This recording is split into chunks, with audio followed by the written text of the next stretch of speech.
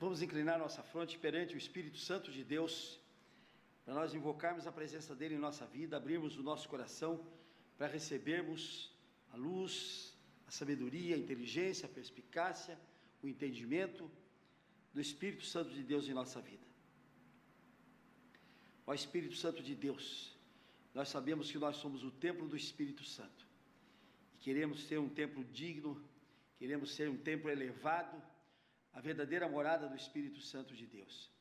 Nós abrimos agora o nosso coração para que tu entres nele e more dentro dele, para que nós tenhamos as suas luzes, para nos ensinares todas as coisas para a nossa vida.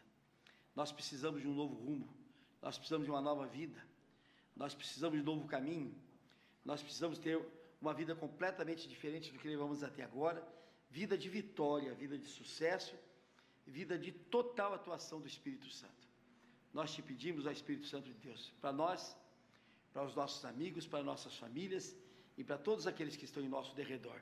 Quem crê diga amém e glória a Deus. Digam todos comigo: Senhor Jesus, nós estamos reunidos aqui agora em teu nome, vem cumprir a tua promessa. Sintamos a presença do Senhor Jesus agora aqui conosco. Ele disse que quando duas ou mais pessoas se reunissem no nome dele, ele estaria de corpo, alma, sangue e divindade realmente na presença de todos. Sintamos a presença de Jesus agora aqui conosco, sintamos essa presença maravilhosa de Jesus que está conosco e vamos aproveitar essa presença para nós pedirmos perdão a ele dos nossos pecados. Digam todos comigo: Senhor Jesus, nós te pedimos perdão dos nossos pecados, dos nossos erros, das nossas faltas que fizemos por pensamentos, palavras, obras e omissões. Nós te confessamos tudo isso, Senhor Jesus, e nos arrependemos do que fizemos e te pedimos perdão. Sintamos agora esse perdão maravilhoso do Senhor Jesus. Quando a gente se sente perdoado de verdade, que é um perdão incondicional que ele nos dá, a nossa vida muda, nós sentimos um alívio no nosso coração, e é importante que a gente sinta esse alívio, que a gente tenha certeza desse perdão que ele nos deu. Agora todos digam comigo: Senhor Jesus, nós declaramos que te recebemos em nossa vida como nosso único Deus e Senhor, como nosso Redentor e Salvador, e declaramos que tu és o Filho de Deus vivo. Depois dessa declaração, nós também nos tornamos filhos de Deus. Esta é a grande vantagem de nós crermos em Cristo, de nós termos Cristo, porque nós nos tornamos filhos de Deus de verdade agora. E diante disso, nós começamos a dar o nosso primeiro passo para uma vida melhor. Vamos fazer a nossa meditação para o dia de hoje. Como a gente costuma fazer, a gente vai buscar na leitura dos jornais alguma coisa que possa estar ligada com a Bíblia e por que ligada com a Bíblia. Então nós tivemos hoje aqui o jornal O Estadão. Por sinal, uma das diretoras do Estadão esteve aqui ontem, né, conversando com a gente, e ficou contente da gente fazer essa mensagem do Estadão nas nossas gravações. Então veja aqui na seção Metrópole: 7 mortos no Jaçanã. Um dia antes a polícia já sabia que ia acontecer isso tudo, e ela pediu que a população não saísse de casa. Que a população não saísse de casa, veja bem. E na noite foram mortos 7 pessoas. Onde isso vai parar? É a pergunta que todo mundo faz. E a única solução que todo mundo busca é mais polícia, é mais cadeia, é mais punição. Será que isto é a solução do problema? 7 mortos numa só noite, num lugar de São Paulo, num lugarzinho de São Paulo. E a polícia aconselhando que todo mundo fique em casa. A tristeza daquele assassinato, daquela policial que estava apenas há 90 dias na polícia, tinha acabado de fazer o curso, né, cheia de desejo de crescer na carreira de soldado, foi assassinada justamente num lugar que chama-se o Morro da Pacificação. Calcule se estivesse em guerra então. Nós vimos aqui, roubo de carga cresce 42% na região do ABC. Roubo de carga cresce 42% na região do ABC. Gente, Um motorista, coitado, ganhando uma ninharia, sai com aquela carga que não é dele, que ele é mero transportador, passando às vezes a noite sem dormir, longe da família, longe dos filhos, longe de casa, e de repente uma pessoa sem nenhum pudor o ataca e quando não o leva à morte. A maioria deles tem se livrado, mas o roubo de carga é grande e aumenta cada vez mais. Olha aqui, nós tivemos no estado de São Paulo, até agora, 4.000 roubos de carga, 4.000 só no estado de São Paulo neste ano. Vejam como é grande o número de roubos de carga no estado de São Paulo. Isso tudo é falta de Deus, a verdade é esta. Aí, nós vamos chegar a ver o que está acontecendo, que está apodrecendo a sociedade. Vejam o jornal, o Grande ABC, ele diz assim: crime organizado ameaça cerca de 400 juízes no país. O que vai acontecer com a justiça daqui a um pouco? Se a justiça se emascular, se ela se afrouxar, se ela se amedrontar, então hoje, por exemplo, o sistema prisional já não funciona, já tem dificuldade. E talvez por isso, ou por causa disso, é que nós temos tantos crimes. Mas quando os juízes se amedrontarem, quando os juízes correrem, quando os juízes não tiverem mais coragem de enfrentar os processos penais, e 400 deles no Brasil estão sob ameaça, 400 deles estão sob ameaça, 4 já foram mortos, trucidados de maneira cruel, nós vamos perceber que vai ser muito difícil para a coletividade segurar a situação que nós estamos passando. Agora, todo mundo quer fazer uma análise, a violência, todo mundo quer trancar a casa, todo mundo quer botar grade, todo mundo quer colocar sistemas de defesa, mas a Bíblia tem um versículo interessante que diz assim: se o Senhor não vigiar a cidadela, em vão vigiam os seus guardas. Porque nós estamos diante de crime organizado, nós estamos diante de pessoas que têm ciência do crime. Nós não temos ciência do crime. Nós vimos que lá no Colorado aumentou 40% a compra de armas. A compra de armas. Significa que a população não confia mais na justiça, não confia mais na polícia, não confia sequer em Deus, porque não foi em busca de Deus. E vai se armar para enfrentar bandidos que estão treinados, bandidos que são maliciosos, bandidos que estão pensando o que estão fazendo, e a pessoa com a arma na mão, eu imagino, eu com a arma na mão, o que eu vou fazer? Não tenho traquejo, não tenho treino, não tenho malícia, não estou preparado para receber um ladrão. Imagina para que lhe serve aquela arma, se não para o ladrão pegá-la e levá-la para matar outras pessoas. Então o que nós estamos vendo é que a sociedade, ela está apodrecendo, ela está se desfilibrando, ela está completamente sem junção mais. A coletividade, ela chegou num ponto que não há mais situação para isso. Aí a gente vai nos programas de televisão. Qual é a tônica? Precisa botar a pena de morte, precisa botar a prisão perpétua, precisa arrumar cadeias, precisa aumentar o efetivo policial, precisa botar mais delegado de polícia. Essa é a tônica de todos os programas de televisão. E a Bíblia diz aqui: faze cadeias, que jamais elas serão suficientes para abrigar todos os criminosos. Quer dizer, a Bíblia nos mostra, e o pessoal faz contra a Bíblia porque não conhece a Bíblia. E aí a Bíblia diz também: o meu povo sofre porque não tem entendimento. O meu povo sofre porque não conhece a Bíblia. A solução não está em mais cadeia, a solução não está em mais polícia, a solução não está em mais juízes, a solução está na modificação das pessoas por dentro. Por dentro. Os judeus, quando interpelaram Cristo, eles não aceitaram Cristo porque o judeu é muito externo. O judeu é muito externo, o judeu é muito exterior. Para ele, o que voga são as riquezas, as aparências, a terra, a posse, a possessão, isso é que voga.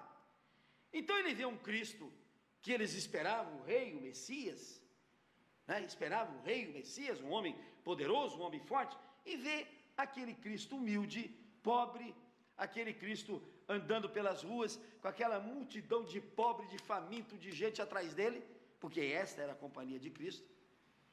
Chega uma hora que Cristo diz assim: vocês não me acompanham mais nem pelos milagres que eu faço, vocês me acompanham pelo pão que vocês comeram ontem.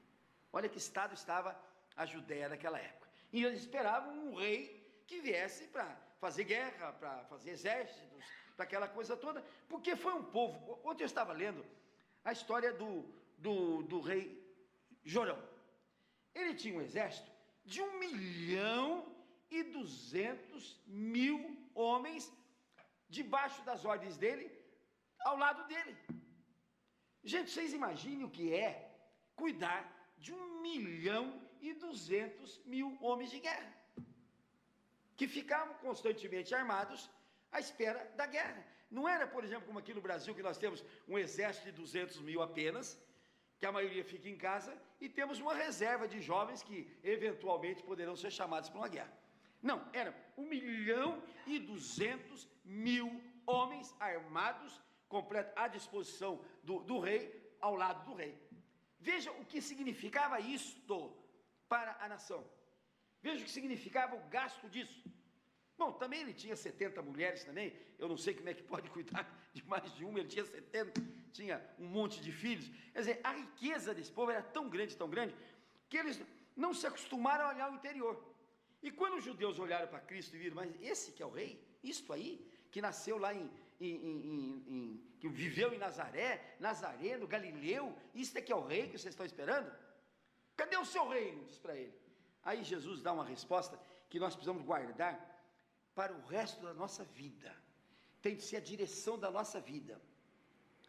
Jesus disse assim: o reino de Deus está dentro de nós. Se nós não tivermos a capacidade de transformar a nossa vida, através da implantação do reino de Deus dentro de nós, e de dentro de nós ele brotar para o mundo, se nós não tivermos essa capacidade, se nós não tivermos essa força, nós não vamos mudar coisa nenhuma. Nós não vamos mudar coisa nenhuma. Nós temos, digamos assim, um monte de gente pobre. Vamos fazer casa? Vamos. Vamos trocar de roupa? Vamos. Vamos melhorar a situação deles? Vamos. Mas se não melhorar o interior, o coração, o reino de Deus aqui dentro deles, nada vai se modificar.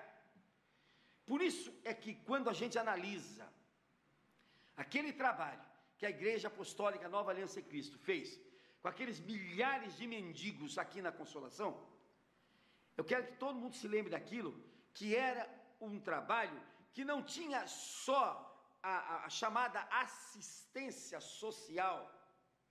Eu costumo dizer que a assistência social, por mais caridosa que ela seja, ela é coisa do diabo, ela é coisa do cão, porque ela atende a pessoa naquele determinado momento, mas não transforma a pessoa. Não transforma a pessoa. É como se eu vou andando, por exemplo, um dia de chuva tremendo, e encontro um coitadinho pendurado na fossa de água, aquele mundo de água caindo, e ele segurando ali naquela coisa. Ele diz: estou com frio, estou com fome. Aí eu pego um cobertor, né, jogo nele ali no meio daquela água. Ah, você está com fome também? Pego um pão, entrego para ele. Se ele largar a mão daquele ferro, ele vai rodar, vai embora, né? É isto que é assistência social. Agora, o que é promoção social? O que é instalar o reino de Deus no coração daquela pessoa? Meu irmão, eu vou tirar você daí, me dá as tuas mãos aqui, eu vou tirar dali, vou levá-lo a um lugar, vou dar comida, vou agasalhá-lo e vou pregar para ele a palavra de Deus. Jesus ensinou na parábola do samaritano, aquele homem que pensou as feridas do que tinha sido assaltado, levou-o para uma estalagem, pagou a sua hospitalidade e disse: se precisar mais na volta eu pago. Então a diferença da assistência social que o governo faz, porque ele não tem capacidade de fazer a assistência espiritual, essa assistência não transforma ninguém. E por que não transforma? Vejam bem, vamos ver dessa revista aqui, Cristianismo e Ressocialização. Eu vou dizer a revista qualquer, é a revista cristã, uma revista muito bem feita, uma revista muito bonita, que chegou ontem para mim. Então, Cristianismo e a revista cristã, o artigo é Cristianismo ressocialização de preso. Olha aqui, todo mundo quer o criminoso preso, é o anseio de todo mundo. Quando termina um crime, a imprensa pergunta: e o que a senhora espera? Eu espero que ele morra na cadeia. O que você espera? O que a família espera? Justiça, que ele fique preso muitos e muitos anos. É aí que todo mundo espera. Ninguém dá o perdão, ninguém quer a ressocialização daquele homem, ninguém quer que aquele homem retorne à vida, ninguém tem ideia de que aquele homem pode ser alguém na vida. E todo mundo quer a pena de prisão, que foi inaugurada no século XIX. Bom, até hoje, quais foram os resultados das penas de prisão? Vamos ver a situação do Brasil hoje, que ele marca aqui. Hoje nós temos uma população carcerária de 626 mil pessoas, hoje. E nós temos no máximo 200 mil vagas. Então, no lugar de 200, nós temos 626. Portanto, num quartinho que tinha que ter um só, tem 3. E isto é uma superpopulação que ninguém tem como atender. Agora, o dado mais importante é isto: se esses 600 estivessem sendo atendidos e tivessem sido ressocializados, eles voltariam para trabalhar e ganhariam o seu dinheirinho, iriam para a sua família e estava resolvido o problema. Mas não, o que acontece? 80% desses 626 que estão lá, 80% já são reincidentes, estão lá pela segunda vez. E por que estão? Porque na cadeia ela é academia de crime, ela é faculdade de crime, ela é escola de crime. Ninguém aprende numa cadeia, primeiro lugar. Segundo lugar, na cadeia, a pessoa aprende, além de aprender novos crimes, quando ela sai, ela é marcada, Nunca mais ela vai arrumar um serviço. É a coisa mais difícil do mundo, é um ou outro que consegue um serviço, ninguém consegue arrumar serviço, ninguém dá serviço para o ex-presidiário, ninguém coloca um presidiário na sua firma, e o que acontece com ele? Ele é obrigado a retornar, vai roubar, vai fazer, vai assaltar, porque precisa viver, ele vai assaltar para poder, e volta para lá de novo. E nesse círculo vicioso, as cadeias vão se aumentando, e hoje no Brasil, além desses 626 mil presos, nós temos 1,5 milhão de processos crimes, que vão redundar ainda em cerca de 1 milhão de prisões, que nós não temos lugar para pôr, não tem como se pôr, e tem municípios que os juízes nem põem mais na cadeia, não tem mais lugar para pôr, não põe, vai fazer o quê? Então, esta é a nossa situação. Aí, esse articulista, que é o doutor Antônio Carlos Júnior, temos aqui a figura dele, é um jovem de tudo, ele diz assim: o que está faltando realmente nesse aspecto? É o cristianismo, gente, é o cristianismo. Ontem eu recebi um telefonema, na parte da tarde, de uma pessoa que diz para mim: eu tenho seguido as suas pregações, e os seus discursos, ele não falou pregação, os seus discursos, e o senhor diz que o cristianismo é a solução de tudo? O senhor crê nisso de verdade? Como quem diz, o senhor está falando da boca para fora, ou o senhor crê nisso? Não só creio, como eu afirmo, não existe outra solução para o mundo de hoje. O mundo se deteriorou, o mundo se corrompeu, o mundo adâmico foi tomado pelo mal, e só tem um jeito, só tem uma forma de nós arrumarmos esse mundo, é através do cristianismo. E olha o que ele ensina aqui para os presos. Olha, ele dá seis normas para o preso.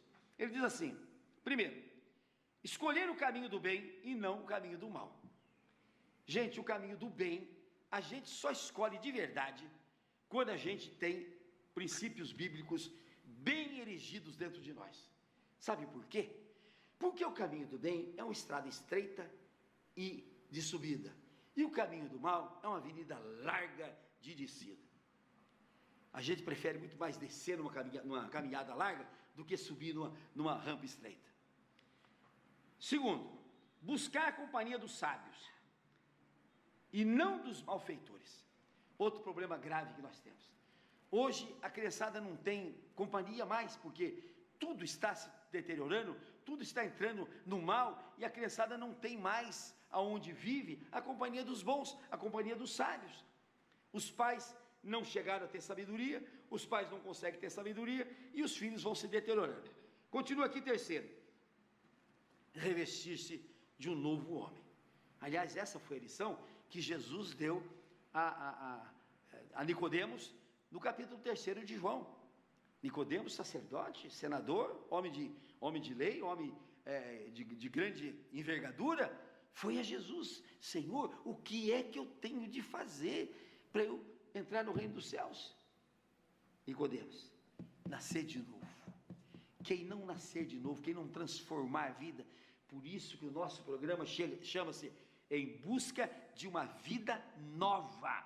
Por isso que a nossa igreja chama-se Igreja Nova Aliança em Cristo. Nova Aliança em Cristo. Quer dizer, é uma igreja que sugere que a gente deva fazer uma nova aliança com aquele que realmente pode, que é o Cristo Jesus. Isto é o significado da nossa vida, em busca de uma nova vida, para a gente nascer de novo, porque quem não nascer de novo não vai entrar no reino dos céus. O quarto conselho que ele dá aqui é amar a Deus e ao próximo. Este foi, quando as pessoas dizem para mim, Jesus veio e revogou o Antigo Testamento, está tudo revogado.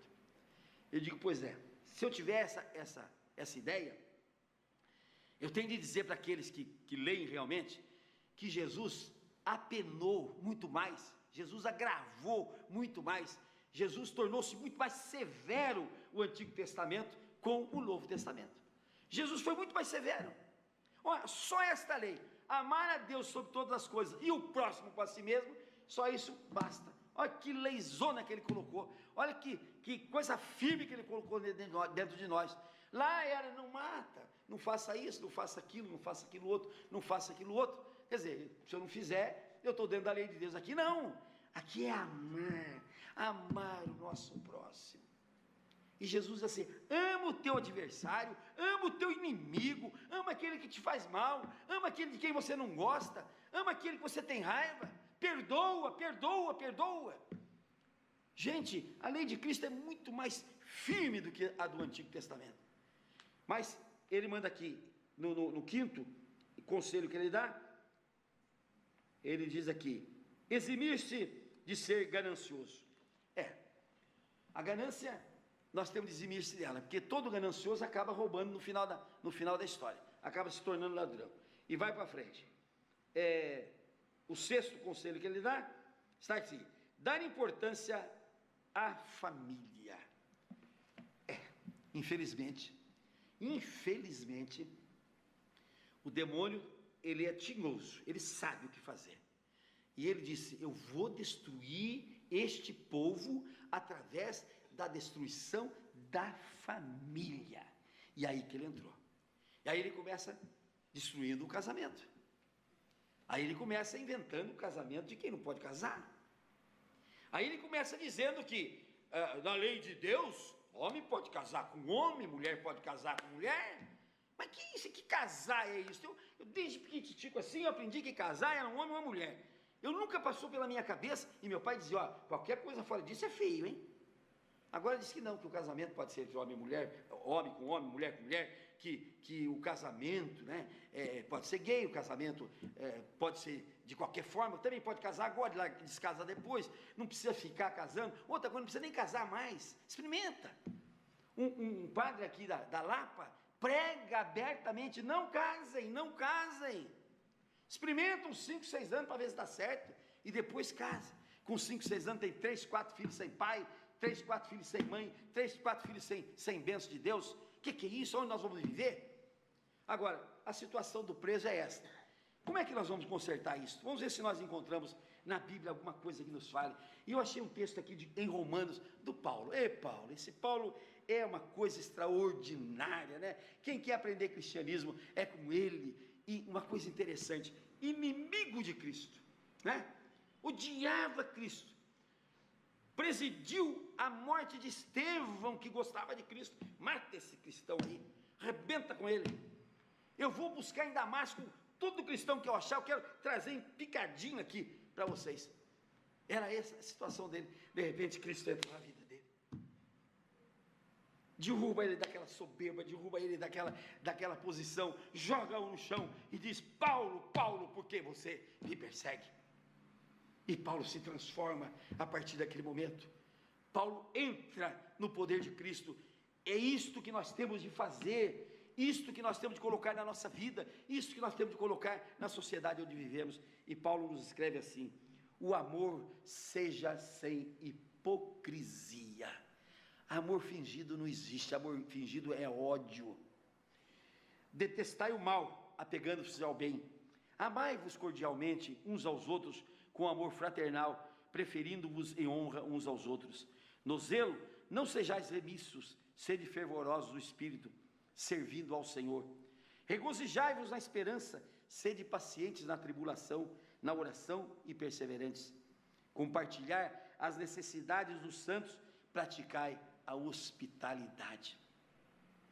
Às vezes eu fico vendo gente que pratica hospitalidade, coisa que eu não aprendi no catolicismo, e coisa que eu tenho dificuldade de fazer.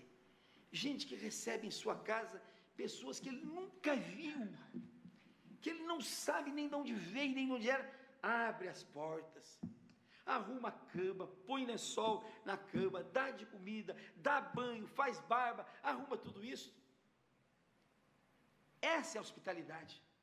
Nós recebíamos lá na nossa igreja dos mendigos, 1.200, 1.300 mendigos todo domingo, com a porta trancada para que eles não saíssem. E ali tinha banho, ali tinha comida, ali tinha a palavra de Deus, ali tinha a implantação do reino de Deus dentro do coração deles. Por isso é que eles se transformaram. Não adianta você dar o pão, não adianta você dar a comida, não adianta você fazer nada disso, se você não implantar, se você não rasgar o peito do homem, e ali você pegar aquele coração, e colocar dentro daquele coração, a palavra de Deus, o ensinamento de Cristo, porque aí, só aí que você vai transformar a pessoa, só aí. Eu posso fazer uma marquinha aqui na minha mão, depois a marquinha desaparece. Eu posso botar um brinco na minha orelha, amanhã desaparece. Aquilo que modifica não é as coisas que eu ponho no exterior. Hoje eu estou de azul, estou de gravata azul, amanhã eu venho de vermelho, venho de outra cor qualquer, mas aquilo que está dentro do meu coração, aquilo eu tenho de mudar o que está de ruim. E Davi diz ao Senhor Jesus, diz ao Senhor Deus: Senhor Deus, entra no meu coração, Senhor Deus, examina o meu coração, tira de lá aquilo que te desagrada, arranca desse coração aquilo que não te serve, Senhor, e coloca o teu espírito, e coloca o teu amor, e coloca a tua vida dentro de mim. É a única forma que nós temos de modificar a nossa vida. E aí tem uma expressão aqui em Lucas que diz assim: se você apenas fizer o que é obrigado a fazer, vocês terão de dizer assim: servo inútil que eu fui, porque fiz tão somente a minha obrigação. Vejam, enquanto o mundo estiver fazendo somente a obrigação de cada um, aquilo que a lei manda, aquilo que a Constituição fala, enquanto nós estivermos fazendo só esta obrigação, o mundo não se transforma. O mundo não se transforma. O mundo só vai se transformar no momento em que nós colocarmos na nossa vida: eu não quero ser servo inútil, eu quero ser um servo produtivo, eu quero ser um servo que vai realmente trabalhar para a modificação do mundo. E isto nós só vamos conseguir com a expressão que o Senhor Jesus disse. Ele disse: bem-aventurado o servo a quem eu encontrar servindo aos seus conservos. A nossa vida é uma vida solidária. Não há como nós vivemos isolados. Não há como nós vivemos isolados. Eu tive uma passagem uma vez por Curitiba e nas praias de Santa Catarina, em que eu morava em apartamentos suntuosos, eu e Evandro, apartamentos suntuosos. Tinha um apartamento na praia de 5 suítes, e aquilo só servia para nós, e mais nada, uma coisa nenhuma. Não tinha hospitalidade, porque a hospitalidade, Jesus diz assim: aquele que um dia recebeu um pobre, estava recebendo a mim. Aquele que recebeu um dia um viandante, estava recebendo a mim. Aquele que um dia recebeu uma pessoa que ele nunca viu, que ele nunca conheceu, estava recebendo a mim. E é esse que vai ser premiado na outra vida. Na outra vida. Ontem a nossa psicóloga dizia assim: o medo do homem ou o medo da morte? O medo do homem ou o medo da morte? Claro, não tem o cristianismo na vida, sabe que vai morrer, para ele a morte, ele não sabe, é um ponto de interrogação desse tamanho, ele não sabe o que acontece depois, para ele, ele acha que não acontece mais nada. Tem gente que pensa que morreu, fedeu, apodreceu, acabou. Mas nós, os cristãos, aquele que crê em Cristo terá a vida eterna, aquele que crê em Cristo não morrerá, aquele que crê em Cristo vai sair dessa vida para uma melhor, aquele que crê em Cristo não vai morrer, porque aquela morte física é uma bênção. Paulo diz: para mim o morrer é lucro, gente. Paulo diz: para mim o morrer é lucro. Quando eu morrer, quando eu sair dessa vida, eu vou ter um lucrão, porque eu saio desta e entro para uma melhor. Esta é a promessa de Cristo na nossa vida. E para a gente não ficar pregando só na vida futura, vamos ver a promessa de Cristo aqui e agora. Ele diz: aqui e agora, ainda veremos os bens do Senhor, ainda nesta existência. Ainda nessa existência. Por isso que eu disse ontem a um amigo meu que estava comigo, eu disse para ele: o Evangelho é um manual, o melhor dos manuais de economia financeira. Quem quiser ser rico de verdade, se apegue a este manual, porque esse manual nos ensina todas as circunstâncias de vida. Quem crê, diga amém e glória a Deus. Vamos orar agora, para que o reino de Deus seja implantado dentro de cada um de nós. Vamos levar a sério isto, gente. Vamos fazer uma transformação nossa de dentro para fora. De dentro para fora. E para a gente fazer isso, a gente não pode fazer com o chamado corpo fechado, que os espíritas ensinam, né? Corpo fechado. O espírita ensina que se faça muita obra de caridade. O espírita ensina que a gente tem de ser caridoso, que a gente tem de ser bondoso para as pessoas. Então, muita gente se ilude com isto. Mas você vai ser bondoso de fora para fora. O que Cristo quer é que a gente seja bondoso de dentro para fora.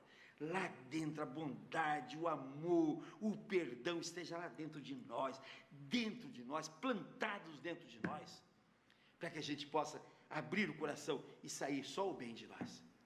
Ninguém consegue tirar de dentro de si mais do que colocou. Ninguém consegue tirar dentro de um litro de água mais do que um litro. Ninguém consegue tirar de um litro de laranjada a não ser um litro de laranjada. E ninguém consegue tirar um litro de porcaria mais que um litro de porcaria se colocar dentro de si.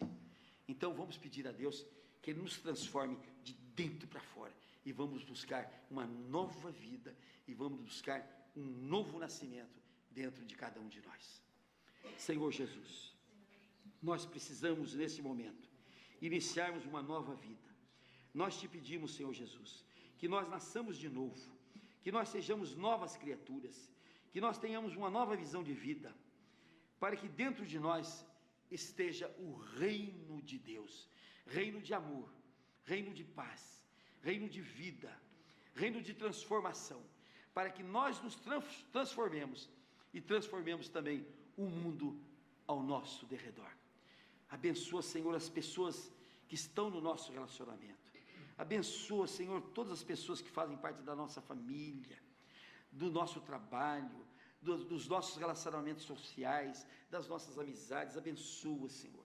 Faça que a palavra de Deus chegue no coração de cada um, Senhor. E faça, Senhor, que seja implantado o reino de Deus no coração de cada um de nós. É o que nós te pedimos no santo nome de Jesus. Quem crê, diga amém e glória a Deus. Vamos orar ao Pai Nosso agora. Pai nosso que estais no céu, santificado seja o teu nome. Venha a nós o teu reino. Seja feita a tua vontade, assim na terra como nos céus. O pão nosso de cada dia nos dai hoje, e perdoa as nossas dívidas, assim como nós perdoamos aos nossos devedores, e não nos deixes cair em tentação, e nos livra, Senhor, de todo mal, porque teu, Senhor, só teu é o poder, o reino, a honra e a glória, para todos sempre. Amém. Vamos aplaudir o Senhor Jesus? Vamos nos ungir, gente. porque a unção quebra o jugo.